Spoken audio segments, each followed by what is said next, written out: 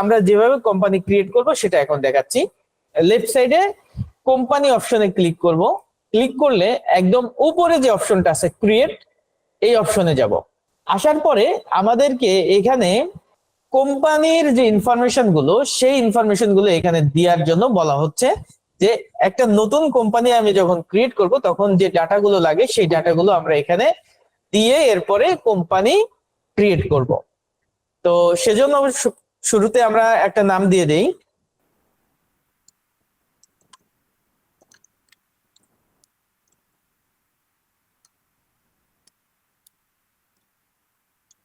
আমি যেহেতু অনেকগুলো কোম্পানি ক্রিয়েট করছি যার কারণে বেস্ট নাম্বারটা দিচ্ছি, কিন্তু আপনার তো ওখানে কোনো বেস্ট নাম্বার থাকবে না।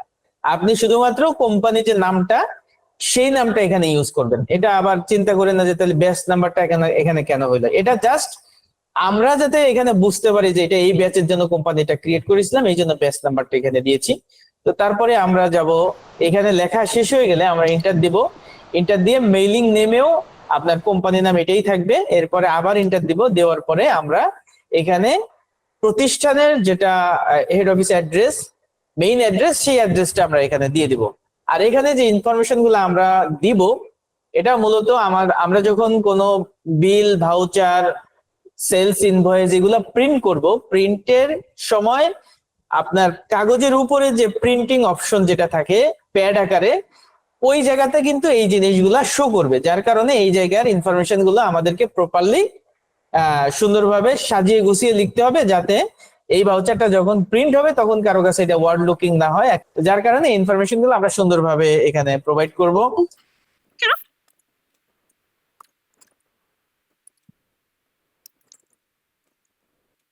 তো আরো অ্যাড্রেস যদি আরো ডিটেলস থাকে তো আমরা এখানে যদি আবার ইন্টার দিই তাহলে আরো লেখার অপশন আছে যদি প্রয়োজন হয়। তো যেহেতু আমাদের কমপ্লিট হয়ে গেছে আমরা ইন্টার দিচ্ছি। এরপরে নিচের অপশনে চলে যাচ্ছি। ডিভিশন যদি আপনার প্রতিষ্ঠানের একাধিক উইংস থাকে, দেখা যাচ্ছে তাদের ঢাকায় আছে, চট্টগ্রামে আছে, এই যে দেখেন আপনার এই যে যদি আমরা ইয়াতে রাইট সাইডে খেয়াল করি এখানে কিন্তু বিভাগগুলো আছে। যদি এমন হয় যে এদের সবগুলা বিভাগেই আলাদা আলাদা ব্রাঞ্চ রয়েছে, সেক্ষেত্রে আমরা কোনো একটা ব্রাঞ্চ এখানে দেখিয়ে দিতে পারি। আদারওয়াইজ এখানে আমরা নট অ্যাপ্লিকেবল দিয়ে সামনে চলে যাব। এবং কান্ট্রি বাংলাদেশ, এখানে অনেক দেশ আছে, আমরা অবশ্যই বাংলাদেশ ব্যবহার করব। আর যদি আপনি বাহিরের দেশের জন্য এখানে কোম্পানি ক্রিয়েট করেন সেক্ষেত্রে অবশ্যই সেই দেশ দিবেন। এরপরে হচ্ছে আপনার লোকেশনে যেটা পোস্ট কোড আছে সেই পোস্ট কোডটা আমরা এখানে দিয়ে দিব। এরপরে টেলিফোন নাম্বার, ধরেন আমরা কোনো একটা নাম্বার এখানে দিয়ে দিচ্ছি। এখানে একাধিক নাম্বার চাইলে আপনি এখানে কমা ইউজ করে আরো একটা নাম্বার আপনি ইউজ করতে পারেন। আমরা ধরি যে এটাই আমাদের টেলিফোন নাম্বার, জাস্ট এমনি দিলাম নাম্বারটা, এটার আসলে কোনো অথেন্টিকেশন নাই। এরপরে হচ্ছে মোবাইল নাম্বার, এখানে আমরা দিয়ে দিতে পারি। এরপরে ফ্যাক্স নাম্বার যদি আমাদের থাকে, আদারওয়াইজ ফ্যাক্স নাম্বার যদি না থাকে আমরা এটা দিব না, আমরা এখান থেকে নেক্সট অপশনে চলে যাব। এরপরে ইমেল অ্যাড্রেস এবং ওয়েবসাইট অ্যাড্রেস, প্রতিষ্ঠানের যেটা ওয়েবসাইট অ্যাড্রেস থাকবে সেটা আমরা এখানে দিয়ে দিব। নিচের ওয়েবসাইট অ্যাড্রেসটা কিন্তু সঠিক না, এটা জাস্ট আমরা দেখানোর জন্য দিলাম। এরপরে হচ্ছে আপনার হচ্ছে ফিনান্সিয়াল ইয়ার বিগিনিং ফর্ম, অর্থাৎ প্রত্যেকটা কোম্পানির একটা ফিনান্সিয়াল ইয়ার থাকে। তারা আসলে তাদের অ্যাকাউন্টসটা mainly July to June maintain করে নাকি জানুয়ারি টু ডিসেম্বর মেইনটেইন করে, এইটার উপর ডিপেন্ড করে হচ্ছে যে আমরা ফিনান্সিয়াল ইয়ার বিগিনিং ফর্ম এখানে কোনটা দিব। এটা দেওয়ার সময় আমাদের একটা খেয়াল রাখতে হবে এটা যে এখানে যে ডেটটা আমরা ইউজ করব এই ডেটের আগে আমরা কোনো এন্ট্রি এখানে দিতে পারবো না। যার কারণে আমাদেরকে এই ডেটটা দেওয়ার সময় শুধুমাত্র দিয়ে গেলেই হবে না। যদি কোম্পানি অনেক পুরাতন হয়, সেই কোম্পানির ডাটা, পুরনো ডাটা, 1 বছর আগের এন্ট্রিও এখানে করা লাগতে পারে, সেক্ষেত্রে আমাদেরকে ওইভাবে যেটা ফিনান্সিয়াল ইয়ার আছে ওই অনুযায়ী এই ডেটটা দিতে হবে। আমরা ধরলাম এটা জুলাই থেকেই আমাদের এই কোম্পানিটা শুরু হচ্ছে। নেক্সট অপশনে আমরা যাচ্ছি, বুকস বিগিনিং ফর্ম। এটা হচ্ছে যে আপনার হয়তো ফিনান্সিয়াল ইয়ার শুরু হয়েছে জুলাই থেকে, কিন্তু আপনি এন্ট্রি শুরু করছেন ডিসেম্বর থেকে, এরকম হতে পারে, অথবা জুলাই থেকেই শুরু করছেন অথবা অক্টোবর থেকে শুরু করছেন। তবে এই ডেটের আগে এই ডেটটা কখনো হবে না। বিগিনিং ফর্মটা আপনার হচ্ছে ফিনান্সিয়াল ইয়ারের যে ডেটটা দিবেন তার পরবর্তী কোনো একটা ডেট এখানে হবে, যে ডেটের এই ডেটের আগেও কিন্তু আপনি কোনো ভাউচার এন্ট্রি করতে পারবেন না। তো এজন্য এই ডেট দুটা আমরা এইভাবে মেনটেন করব। এরপরে যদি আমরা এন্টার দেই, ইন্টার দিলে এখানে হচ্ছে বেস কারেন্সি স্যাম্পল, যেহেতু বাংলাদেশ আমরা টাকা ইউজ করতেছি, তবে আমরা যে কোনো কারেন্সি এখানে ইউজ করতে পারি। ফর্মাল নেম বাংলাদেশি টাকা এটা আছে, তো এইভাবে রেখে আমরা ইন্টার দিচ্ছি এবং এখানে একসেপ্ট করতে বলা হচ্ছে, আমরা ইয়েস দিয়ে একসেপ্ট করে দিচ্ছি। একটু ওয়েট করতে হবে, ওর হচ্ছে আপনার যে চার্ট অফ অ্যাকাউন্টস আছে সেটা রেডি করে তারপরে সে আমাদের সামনে আসবে। তো কোম্পানি মোটামুটি আমাদের ক্রিয়েট হয়ে গেছে। এখন আমাদেরকে এখানে কিছু বিষয় আছে যেগুলা অ্যাকাউন্টস ওপেন করার সময় আমাদের কাছে কিছু বিষয় পারমিশন চায় যে আমরা এটা দিয়ে আসলে কি কি জিনিস মেইনটেইন করব। তো প্রথমেই আসছে হচ্ছে মেইনটেইন অ্যাকাউন্টস, আমরা অ্যাকাউন্টস মেইনটেইন করব। এনেবল বিল ওয়াইজ এন্ট্রি, তো বিল ওয়াইজ এন্ট্রিটা হচ্ছে মূলত এজিং রিপোর্টের জন্য লাগে। আমরা একদম ফার্স্ট অফ অল আমরা আপনাদেরকে এই যে বিল অফ যেটা হচ্ছে এজিং রিপোর্ট, এটা প্রথম পর্যায়ে আমরা মেইনটেইন করতে চাচ্ছি না, আমরা এটাকে নো করে দিচ্ছি। পরবর্তী সময় বিল ওয়াইজ এন্ট্রি যেটা আপনার এজিং রিপোর্ট তৈরি করার জন্য এটা লাগে, এটাকে আবার ইয়েস করে আমরা পরবর্তী সময় আপনাদেরকে দেখাবো যে এজিং রিপোর্ট কিভাবে করতে হয়। এখন আমরা এটাকে নো করে রাখতেছি। এবং কস্ট সেন্টার মূলত একই প্রতিষ্ঠানে যদি একাধিক উইংস থাকে, যে ধরেন যে ইলেকট্রিসিটি বিল, একটা প্রতিষ্ঠানের 4টা আউটলেট আছে, এই 4টা আউটলেটে ইলেকট্রিসিটি বিল কোন জায়গায় কত আসছে আলাদা আলাদা ভাবে আমি অ্যালোকেশন করে দিতে চাচ্ছি। তো সেই ধরনের সিচুয়েশনের জন্য কস্ট সেন্টারটা ইউজ করতে হয়। তা আমরা আপাতত এটাকে নো রাখতেছি, পরবর্তী সময় আমরা আবার কস্ট সেন্টারের ব্যবহারটা দেখব। এরপরে হচ্ছে আপনার এনেবল ইন্টারেস্ট ক্যালকুলেশন, আমরা ইন্টারেস্ট ক্যালকুলেশনটাও আপাতত নো রাখতেছি। এরপরে হচ্ছে আপনার মেইনটেইন ইনভেন্টরি, আমরা এই সফটওয়্যারের মাধ্যমে স্টক মেইনটেইন করব কিনা সেইটার পারমিশন চাচ্ছে, আমরা প্রথম পর্যায়ে এটা ইয়েস রাখতেছি।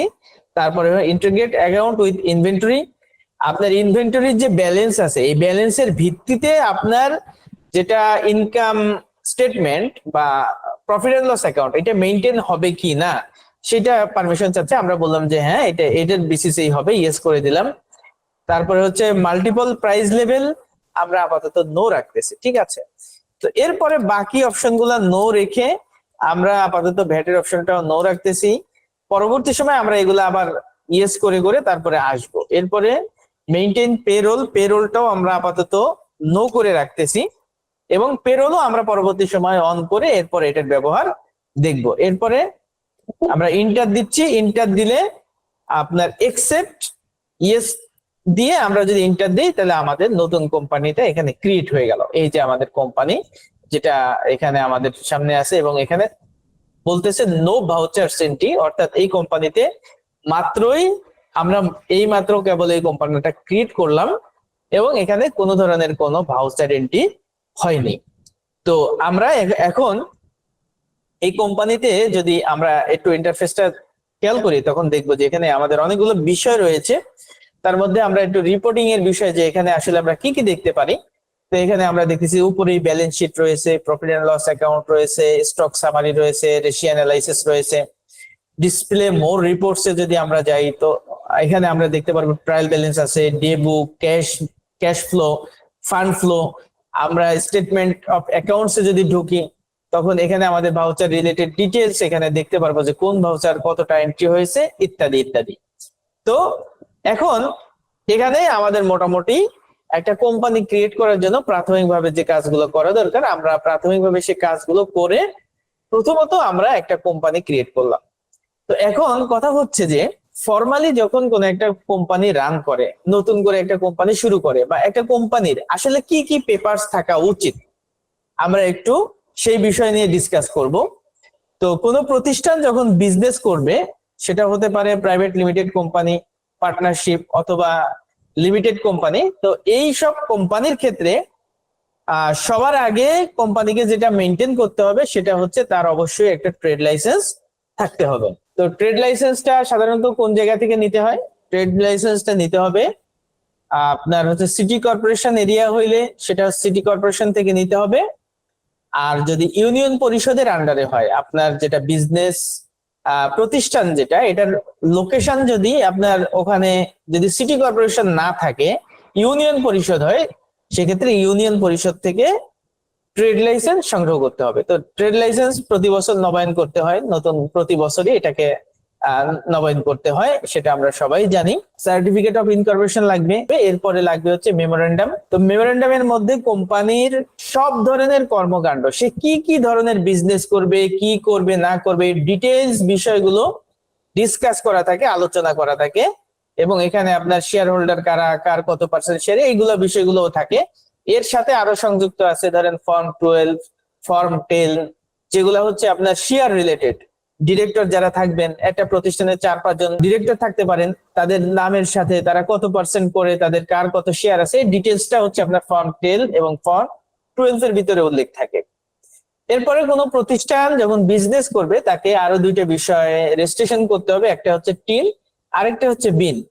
টিন হচ্ছে আমরা জানি সেটা হচ্ছে ট্যাক্স আইডেন্টিফিকেশন নাম্বার, যেটা এনবিআর থেকে তাকে নিতে হবে। এখন তো অনলাইনে টিন সার্টিফিকেট করা যায়। আর এখন যেটা টিন সেটা হচ্ছে ইটিন, ট্যাক্স আইডেন্টিফিকেশন নাম্বার। তো টিন থাকতে হবে, বিন হচ্ছে ভ্যাট, যেটা ভ্যাট রেজিস্ট্রেশন বা ভ্যাট লাইসেন্স থাকতে হবে।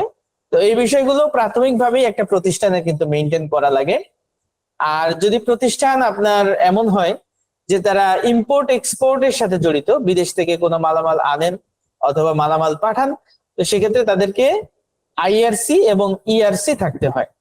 তো আইআরসি মূলত হচ্ছে ইম্পোর্ট করার জন্য আইআরসি ব্যবহার করতে হয়, আর এক্সপোর্টের জন্য ইআরসি ব্যবহার করতে হয়। আমরা ইম্পোর্ট রিলেটেড একটা কমপ্লিট ক্লাস নিব, যেখানে ইম্পোর্টের ডিটেলস থাকবে। সেই জায়গায় আমাদের যে আইআরসি কত প্রকার হয়, তারপরে হচ্ছে আপনার একদম এলসি খোলা থেকে শুরু করে পোর্টে মাল রিসিভ করা পর্যন্ত যতগুলা রুলস রেগুলেশন আছে, সব বিষয় নিয়ে ডিসকাস করা হবে। এরপরে লাগবে হচ্ছে প্রতি বছর আপনাকে অবশ্যই ট্যাক্সের যেটা অডিট রিপোর্ট, এই অডিট রিপোর্ট আপনাকে সাবমিট করতে হবে। আপনার লাভ লসের হিসাব, আপনার এক্সপেন্ডিচার, আপনার যে রুলস রেগুলেশন গুলা আছে, ইনকাম ট্যাক্সের সাথে যে রিলেশন গুলা আছে, সেইগুলা মেনটেন করে অডিট রিপোর্ট জমা দিতে হবে এনবিআর এ, এবং এনবিআর থেকে আপনাকে ট্যাক্স লেনের সার্টিফিকেট রিসিভ করতে হবে। এবং যদি আপনি ম্যানুফ্যাকচারার কোম্পানি হন, সেক্ষেত্রে অবশ্যই আপনাকে ভ্যাট জমা দিতে হবে। ভ্যাটের যে আপনার ভ্যাট মেনটেন করে সেলস করার সময় ভ্যাট মেনটেন করতে হবে। তারপরে হচ্ছে আপনার প্রতি মাসে আপনার মুসক 9.1 জমা দিতে হবে। এই বিষয়গুলো নিয়ে প্রাথমিক কিছু নলেজ আপনাদের দেওয়া হবে। অ্যাকাউন্টস মেনটেন করার জন্য যতটুকু ভ্যাট এবং ট্যাক্সের ইস্যু আছে, সেটা আমি আপনাদের সাথে শেয়ার করবো ইনশাল্লাহ আমাদের পরবর্তী ক্লাসগুলোতে। তারপরে যদি আপনার প্রতিষ্ঠান হচ্ছে ম্যানুফ্যাকচারার রিলেটেড, আপনার যদি ফ্যাক্টরি থাকে, তো সেক্ষেত্রে আপনাকে ফ্যাক্টরি লাইসেন্স থাকতে হবে, ফায়ার থেকে ফায়ারের লাইসেন্স লাগবে, পরিবেশ অধিদপ্তরের ছাড়পত্র লাগবে, কারণ আপনি কোন ধরনের জিনিস প্রোডাকশন করতেছেন, সেটার কোনো সাইড ইফেক্ট আছে কিনা, পরিবেশের জন্য ক্ষতিকর কিনা, অতিরিক্ত সাউন্ড হয় কিনা, এই ধরনের বিষয়গুলো মেনটেন করে আপনার পরিবেশ অধিদপ্তর। এখান থেকে আপনাকে ছাড়পত্র নিতে হবে।